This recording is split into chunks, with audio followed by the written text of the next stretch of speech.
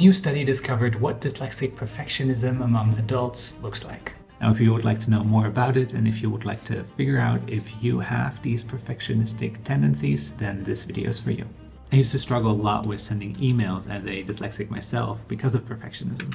I kind of felt like all my mistakes weren't really acceptable. And that made me feel like I had to have somebody to look over everything I was writing, especially also during my MA in Education Studies. This is called perfectionistic self-representation, and according to this research article, it plays a central role when it comes to dyslexic perfectionism, and we should really try to avoid it. This means that you're trying really hard not to make any mistakes, that you are not open about your imperfection, and that you try to seem perfect to others around you. Towards the end of the video, I'm also going to give you some tools that you can use to overcome perfectionism. And those are things that I generally also tell my dyslexic coaching clients. So why does it develop? Well, we know that if approval, acceptance, and affection are lacking in childhood, then we tend to develop perfectionism. And as kids, we experienced a lack of empathy and understanding for the fact that we had a really hard time to learn to read and write. And then the thought develops, if I'm perfect, I will be accepted. And as a consequence of that, I should never make mistakes. And if we go a little deeper, we might get to the thought, I can't disappoint them again. And if you really don't allow that to happen, then you might tell yourself, they can really not discover my struggles with reading and writing. And I think the core emotions here are the fear of not being accepted, and the shame that we have such a hard time to do things that seemingly come really easy to other people around us. Now let's try to find out if you tend to be a dyslexic perfectionist.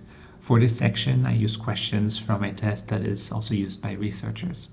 This step is important because you can't overcome perfectionism if you don't recognize it in yourself. So the way this works is that every time you answer yes to a question, you have another indicator of perfectionistic self-presentation, which is the specific type of perfectionism that researchers tell us dyslexics to avoid. First question, do you hate to make mistakes in public, for example, during a presentation? Question number 2, do you want to appear more competent than you actually are?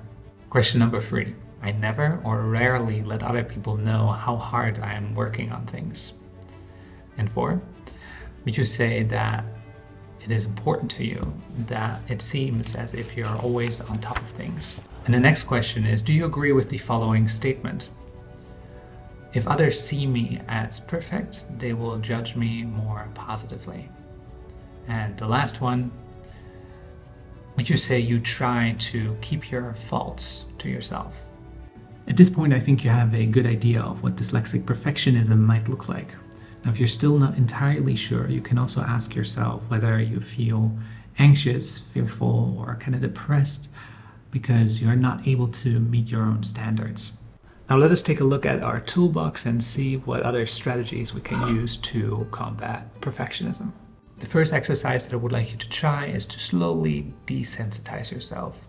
You do that by putting yourself into a situation where you seem less than perfect, where you admit some of your faults, where you maybe can't avoid to make some mistakes.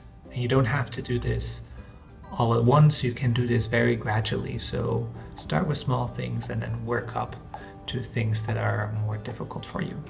As an example, I started to write emails without having somebody to look over them first.